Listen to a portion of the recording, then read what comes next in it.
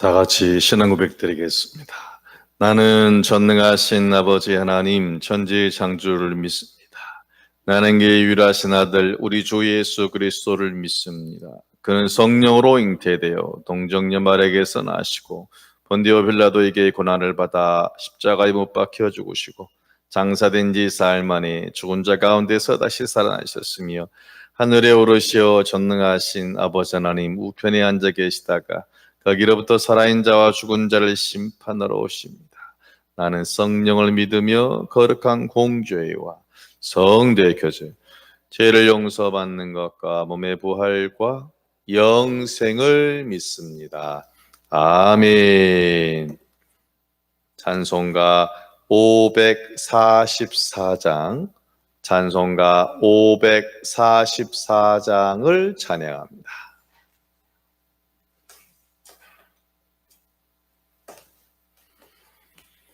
544장입니다. 울어도 못하네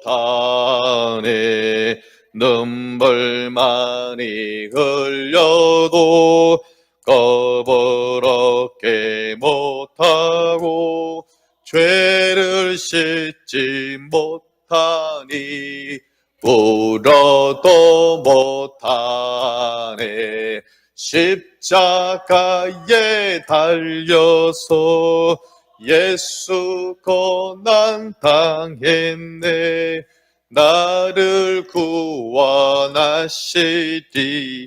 예수밖에 없네 힘써도 못하네 말과 뜻과 행실이 깨끗하고 착해도 다시 나게 못하니 힘써도 못하 할렐루야 십자가에 달려서 예수 고난 당했네 나를 구원하시리 예수밖에 참아도 못하네 할 수 없는 죄인이 묘한 죄에 빠져서 어찌하니 죽을까 참아도 못하네 십자가에 달려서 예수 고난 당했네 나를 구하시리 예수밖에 할렐루야 믿으면 되겠네 주 예수만 믿어서 그 은혜를 힘입고 오직 주께 나가며 영원 삶을 얻네 십자가에 달려서 예수 고난 당했네 나를 구원하시리 예수밖에 없네. 아멘. 말씀은 로마서 1장 8절에서 17절까지 말씀입니다. 신약성경 238면 로마서 1장 8절에서 17절까지 말씀을 교독합니다. 로마서의 핵심이라고 할 수 있습니다. 먼저 내가 예수 그리스도로 말미암아 너희 모든 사람에 관하여 내 하나님께 감사함은 너희 믿음이 온 세상에 전파됨이라.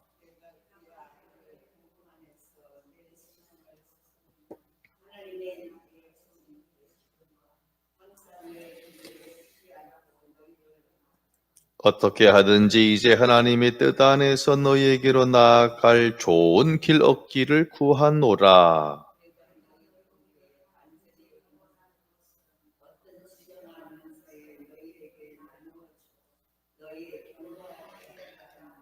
이는 곧 내가 너희 가운데에서 너희와 나의 믿음으로 말미암아 피차 아니함을 얻으려 함이라.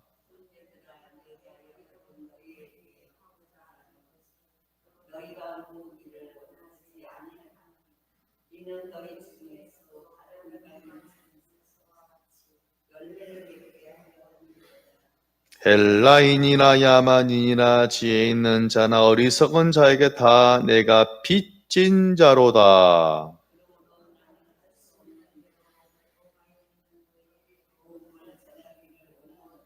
내가 복음을 부끄러워하지 아니하노니 복음은 모든 믿는 자에게 구원을 주시는 하나님의 능력이 됨이라. 먼저는 유대인에게요 그리고 헬라인에게로다. 복음에는 하나님의 의가 나타나서 믿음으로 믿음에 이르게 하나니 기록된 바 오직 의인은 믿음으로 말미암아 살리라 함과 같으니라. 아멘. 기도합니다. 고마우신 아버지 하나님 감사합니다. 오직 믿음으로 살아가는 귀한 백성들 오늘 또 새벽을 깨우오니 온전히 싸매시고 붙잡으시고 주님 은혜로 함께하여 주옵소서. 예수님 이름으로 기도하옵나이다. 아멘. 옆 사람 보시고 반갑습니다. 어제 우리는 로마서의 서론을 보았습니다.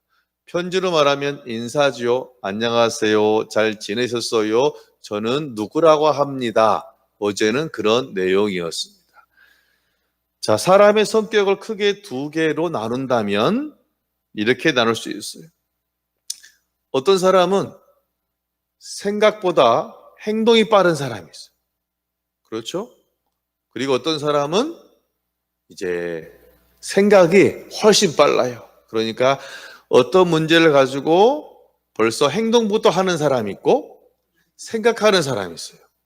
등산을 가면 제일 앞에 가는 사람이 있고 제일 뒤에 가는 사람이 있어요. 자, 예수님의 12제자인 베드로는 등산을 했다라고 칩시다. 제일 앞에 갈까요? 제일 뒤에 갈까요? 제일 앞에 가. 예. 저도 무리를 걷게 해주세요. 걸어봐. 물론 실수도 해요. 그러나 가장 적극적인 사람이 베드로, 그리고 거의 베드로와 거의 동급인 사람이 있으니 사도 바울도 행동이 엄청나게 급하고 빠르고, 또 정반대인 사람이 누구냐면 같이 합니다. 바나바는 등산을 가면 맨 뒤에서 처지는 사람들 힘내라고 그렇게 같이 가는, 벌써 참 그 사람의 스타일, 그 사람의 성격이 있는데, 자, 바울은 행동이 앞서잖아요. 그러니까 바울은 어떤 중요한 얘기가 있으면 뜸을 들이는 성격이 된다, 안 된다? 안 돼. 일단 말을 해야 돼. 그래야 속이 쉬워요. 그래서 이제 어제 7절까지 안녕하세요 인사를 하잖아요. 은혜와 평강이 당신들에게 있기를 원합니다 하고 나서 바로 이제 하고 싶은 얘기를 바로 꺼내는 거예요. 그래서 8절에서부터 이제 보면 12절까지는 이래요. 저는 빨리 가서 당신들을 보고 싶어요. 그렇게 믿음으로 산다 하니 교회가 세워졌으니 와 진짜 되게 보고 싶어요. 11절을 보겠습니다. 내가 너희 보기를 간절히 원한다. 그냥 원한다, 간절히 원한다? 간절히 원해. 그러면서 뭐라냐면, 왜냐하면 어떤 신령한 은사를 너에게 나누어 주어 너희를 뭐하게 하려고? 견고하게 하려고. 같이 합니다. 견고하게 하려고. 자, 어제 그랬어요. 로마서를 쓴 목적 가운데 하나는 뭐냐면, 지금 예수를 믿는 것 때문에 경제적으로 어렵다 그랬잖아요. 직장에서 잘리는 겁니다. 해고가 됩니다. 그럼 당장 경제적인 문제가 있잖아요. 경제적인 문제가 오면 신앙에도 여파가 온다 안 온다? 옵니다. 그러니까 흔들리는 사람이 생겨나기 시작하는 거예요. 자, 코로나가 왔습니다. 그러면 지금까지 그래도 예배하던 사람들 아주 큰 믿음이 없어도, 그런데 코로나가 오니까 점점 믿음이 작아질 수 있는 가능성이 있다 없다? 있는 거예요. 그럼 지금 우리 교인 150명 가운데요. 지금 거의 한 60명 정도가 나온다고 치면 거의 반이거든요. 그럼 반인 사람 중 거의 한 70명 가운데는 진짜 온라인으로 예배 드리는 사람이 있습니다. 거의 항상 보면 주일마다 한 17명 정도는 들어와요. 그럼 가족까지 하면은 최소한 곱하기 2하면 30명 정도는 들어올 수 있겠죠? 한 명도 있겠고. 그렇다면 나머지 150명 교인 가운데 최소한 20명은 다른 방송을 보거나 아니면 아예 예배를 하지 않았다라고 볼 수 있어요. 그렇죠? 이게 통계 바로 나와 있는 거예요. 접속자를 보면 알 수 있는 것이니까. 그러니까 이런 어떤 코로나나 환란으로 인해서 믿음이 아직 견고하지 않은 사람은 흔들릴 수 있는 가능성이 있다 없다? 있는 거예요. 백신이 나와도 그럴 수 있다는 것입니다. 지금 이러한 문제가 있기 때문에 그래서 바울이 빨리 가서 내가 정말 귀한 은혜를 서로 나눔으로 이 어려운 가운데 있는 로마 성도들이 견고하게 서기를 바라는 간절한 마음, 내가 빨리 가보고 싶어요. 그런데 여러분 여건이 쉽지 않잖아요.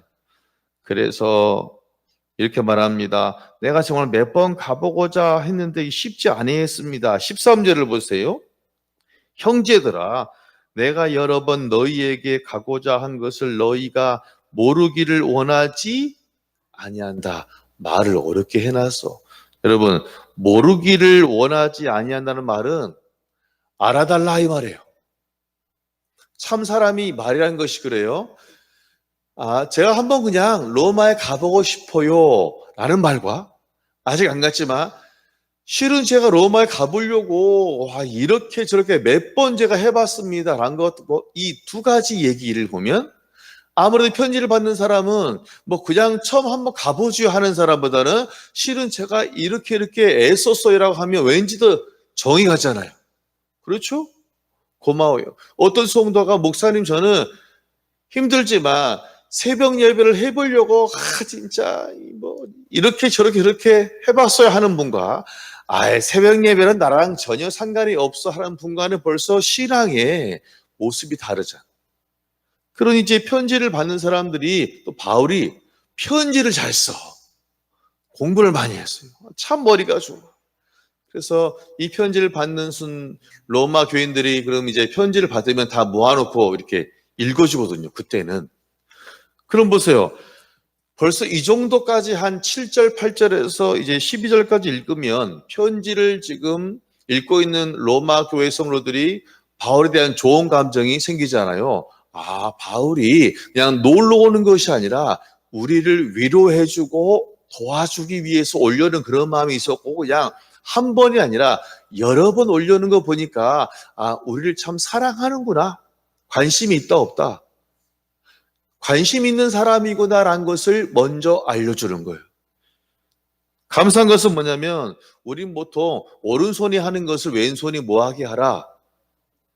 이것은 내 자랑에 대한 부분이에요. 그러나 현재 지금 이 바울이 말하는 것은 뭐냐면 내 자랑이 아니라 주님을 위한 자랑인 줄로 믿습니다. 즉 내가 주님을 위한 교회를 위한 열정은 알아주라는 거예요. 바울이 대놓고 그랬어요. 내가 정말 가고자 했으나 이런 연유로 못 갔는데 난 너무 마음이 아팠어요. 이것을 여러분 알아주세요 라고 바울이 분명하게 말합니다. 따라합니다. 말하지 않으면 모른다. 이건 사람이에요. 사람은 말하지 않으면 알 수 없는 겁니다. 그래서 실은 그것 때문에 우리가 오해가 생기잖아요. 어떤 문제는 우리가 그 사람의 말을 들으면 그랬어요 라고 충분히 이해가 되는 거예요. 예전에 한 교우가 우리 보통 대예배 시간에 보면 모자를 쓰고 있습니까? 모자를 벗습니까? 보통 대예배 시간에 모자를 벗잖아요?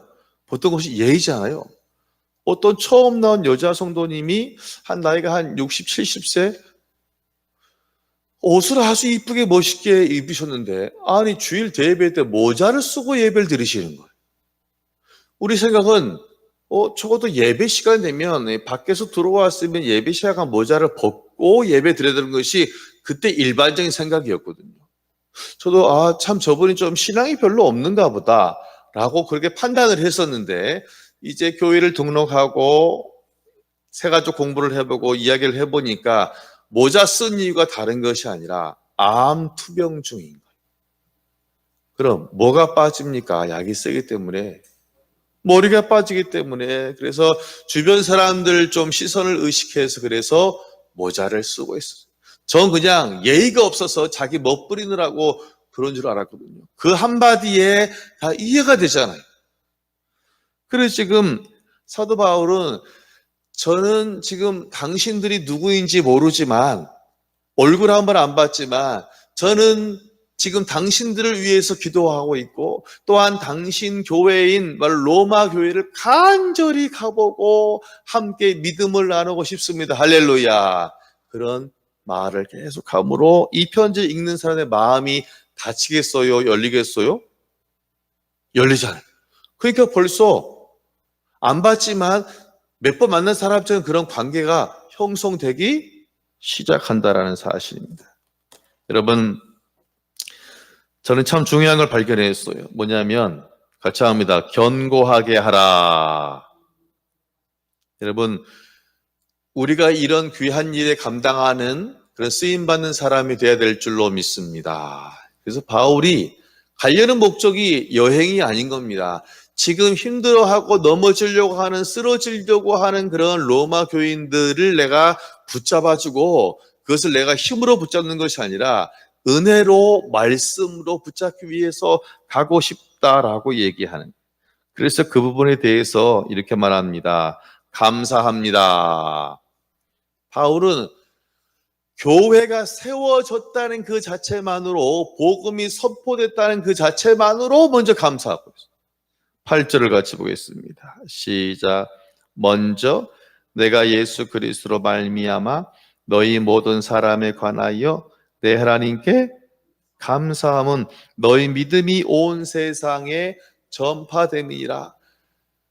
바울은 내가 기도했던 거 어떤 돈이나 물질이나 명이나 그러한 부분에 대해서 응답된 것을 감사한 것이 아니라 바울의 제일 처음 인생의 감사는 뭐냐면 교회가 세워지고 성도의 믿음이 성장하는 것이 너무너무너무 감사돼요. 저는 목회를 해보니까 우리 교우들 집을 살 때가 진짜 기분이 좋고 너무너무 큰 행복이면 감사인데 그것보다 더 큰 감사는 뭐냐면 그 사람이 믿음 안에 서간다는 거, 그 사람 믿음이 성장한다는 것이 저의 제일 큰 감사인 줄로 믿습니다. 할렐루야. 그래 바울의 감사는 남다른 거예요. 바울은 세상적이 아니라 하나님의 교회가 세워지고 그 안에 있는 하나님의 성도들, 이제 싹을 내린 새싹 같은 그런 성도가 1년, 2년, 3년이 지나니까 이제는 그래도 나뭇가지 같이 작지만 그런 묘목이 되는, 새싹이 묘목이 되는 과정, 약 3년간의 시간 정도의 견고함의 시간이 필요합니다. 여러분, 교회를 세우시고 사람을 세우시고 그리고 성도가 단순히 왔다 갔다 하는 사람이 아니라 제자로 사명자로 세워지시기를 주의 이름으로 축원합니다. 그러려면 최소 3년이 걸려요. 3년. 어떤 사람이 교회에 등록해서 그가 올저리 뿌리를 내리려면 몇 년이 걸린다? 3년. 이거 빠르면 3년이에요. 빠르면 3년.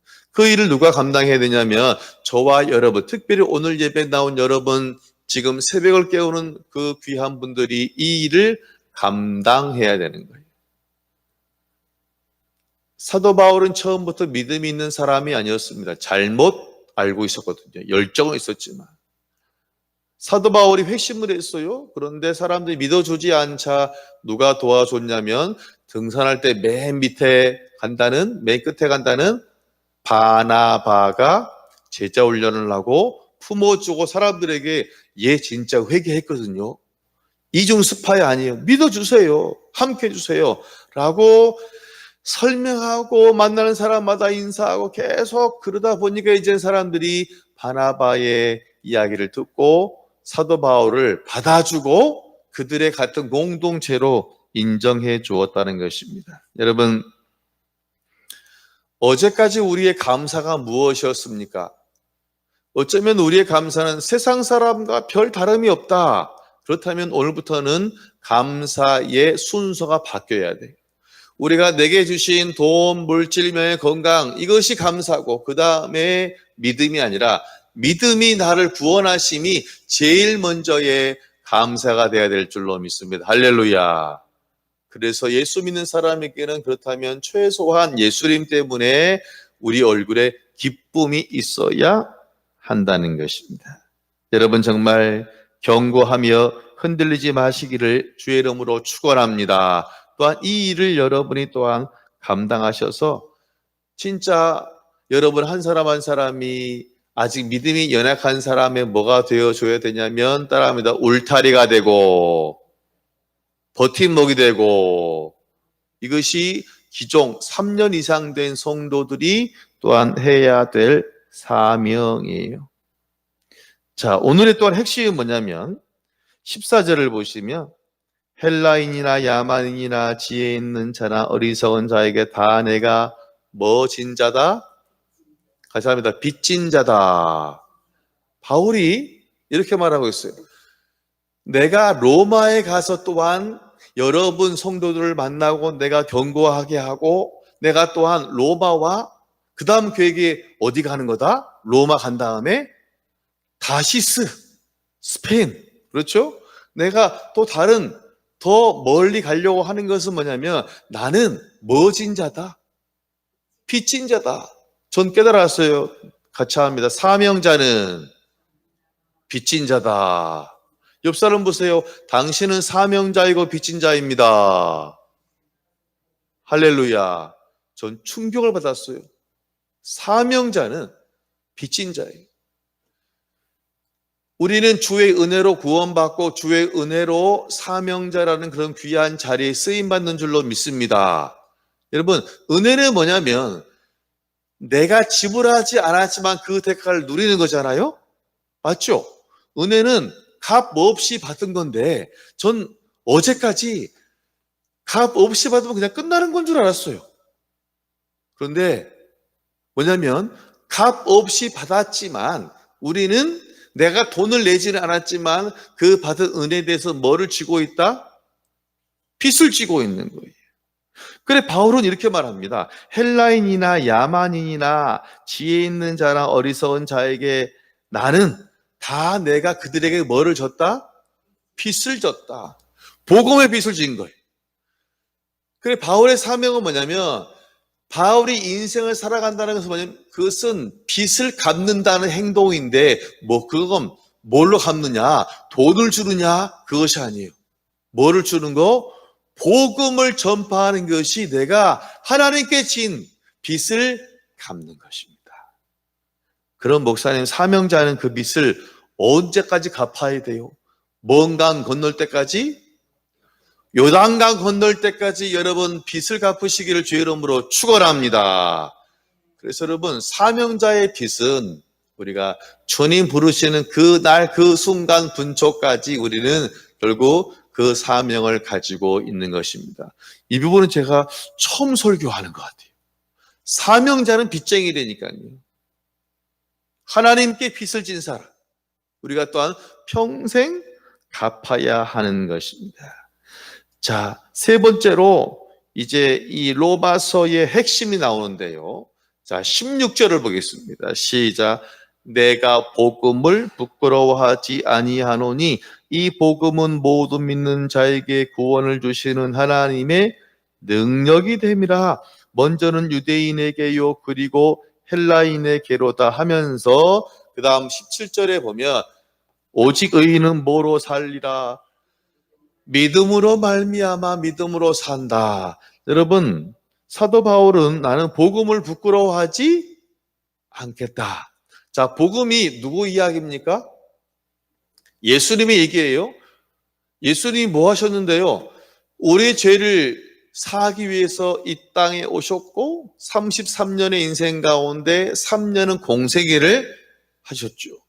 가룟 유다에 의해서 팔려서 십자가를 지시고 며칠 만에 3일 만에 다시 부활하셨고 40일 동안 이 땅에 계시다가 승천하셨어요. 모든 사람은 죄를 범하였지만 그 예수님을 믿기만 하면 죄에서 사함받는 줄로 믿습니다. 할렐루야. 정리하면 예수님의 따라합니다. 십자가와 부활. 이게 복음이에요. 십자가만 말하면 안 돼요. 반드시 십자가와 뭐다? 부활. 왜? 누구 죄 때문에? 내 죄 때문에. 그러니까 십자가와 부활, 그 예수님이 이 십자가와 부활의 사건의 주인공이다라는 것을 이야기하는 것이 바로 뭐냐면 복음이고, 그것이 전도이고, 사명자가 죽을 때까지 빚을 진 마음으로 우리가 전해야 될 그런 우리의 짐이요 숙제인 줄로 믿습니다. 할렐루야. 그런데 문제가 있어요. 앞집에 있는 사람에게 부활이 무엇인지를 보여줄 수 있습니까, 없습니까? 쉬워요, 어려워요? 쉽지 않잖아요. 저보고 목사님 천국 가봤어? 그럼 안 가봤는데요? 그렇잖아요. 천국을 증명하기에는 믿음이 없는 그 불신자를 100% 이해시키기는 쉽지가 않아요. 부활을 전혀 내가 논리적으로 설명이 쉽지 않은데 왜 믿음으로 설명해야 되니까. 그것을 내가 많은 사람에게 말을 한다는 것은 그 시대는요, 정확하게 검증되지 아니한 것을 얘기하는 것은 따라합니다. 무식하고 부끄럽고 창피하고 이런 일이에요. 논리적인 문화예요. 그렇죠? 사상, 철학이 엄청 발전했다니까요. 문제는 그런데 부활을 증명하기가 여러분 쉽지 않습니다. 부활은 믿음으로 증명하는 거잖아요. 그런 식으로 이 부활 얘기하면 당연히 사람들이 저 미친놈이구만이라고 할 수 있다 없다? 있어요. 정신 나갔고 왜? 증명이 안 되니까. 증명이 부활이. 그래 실은 우리가 복음을 전한다는 것은 그 시대로 말하면 부끄러운 일이에요. 부끄러운 일. 증명할 수가 없습니다. 그런데 바울은 뭐라 하냐면 내가 복음을 부끄러워하지 않겠다 당당히 말합니다. 왜냐하면 이렇게 써 있어요. 이 복음은 모든 믿는 자에게 구원을 주시는 하나님의 뭐가 됨이라? 같이 합니다. 능력이 됨이라. 여러분 큰 능력을 가지고 있으면 부끄러워해야 됩니까? 자랑스러워해야 됩니까? 자랑스러워해야죠. 부활이 능력이라. 즉 예수님의 복음이 실제로 이것이 실제 사건이라는 것입니다. 능력이라는 것입니다. 우리도 부활의 그런 소망이 있잖아요. 이런 능력을 그가 가진 것을 확신하니까 그때부터 전도하는 것이 부끄러운 것이 아니라 두려운 것이 아니라 당당하게 모든 사람에 가서 외친 줄로 믿습니다. 할렐루야. 이것이 바로 뭐냐면 복음의 능력으로 사는 거예요. 저는 오늘까지 많은 설교를 했지만 실은 오늘 이 복음이 뭐냐? 능력이다, 능력. 우리가 부끄러움으로 그냥 전도하는 것이 아니라 정말 너무 귀한 것을 가지고 이것을 그 사람을 위한 최고의 선물이잖아요, 이것이. 복음이. 그러니 우리가 부끄러워하며 전하는 것이 아니라 당당하게 전하고 당당하게 살아야 한다는 것입니다. 그렇다면 복음으로 산다는 것은 뭐냐면 어깨를 펴고 사는 것이고 비록 어려움이 있을지라도 앞을 보고 힘있게 걸어가는 사람, 고개 푹 숙이고 사는 사람이 아니라는 것입니다. 여러분 복음의 능력으로 사시기를 주의 이름으로 축원합니다. 그러면 그 능력이 있는 것이 여러분의 삶의 모습 가운데 보여져야 된다, 숨겨져야 된다, 보여져야죠. 야, 저 사람은 그렇게 집도 크지 않은데 항상 얼굴에 웃음이 있어. 비결이 뭘까라고 적어도 내 주변 사람들이 물어볼 정도가 된다면 내 안에 나는 복음의 능력으로 살아가고 있어요. 여러분 사람이 가난하다고 다 인상 쏘고 삽니까? 가난한 집은 다 맨날 부부싸움하고 맨날 그렇습니까? 그렇지 않아요. 좀 물질이고 가난해도 얼마나 사랑하며 헌신하며 봉사하며 사는 사람이 얼마나 많은지 몰라요. 여러분 말씀을 마치겠습니다. 우리의 감사가 단순히 보이는 것에서만 끝나는 것이 아니라 믿음이 성장하고 교회가 성장하고 교회가 세워지는 그 믿음의 사건에 대한 감사가 우리 입술 가운데 나와야 될 줄로 믿습니다. 여러분 신앙은 성장해야 되는 거예요. 사명자는 멈추는 것이 아닙니다. 우리 빚진 자로서 또한 복음을 전하고 언제까지? 주님이 우리를 부르신 날까지 빚을 갚으며 사는 것입니다. 복음의 빛입니다. 마지막으로 복음은 사람을 살리는 그런 능력이 있습니다. 우리가 복음을 전할 때에 이거 내가 말한 거 듣지 않으면 어떡하지? 그것이 아니에요. 전해야 될 복음에 확신을 가지고 당당하게 복음을 전하시는 여러분 되어지시기를 주의 이름으로 축원합니다.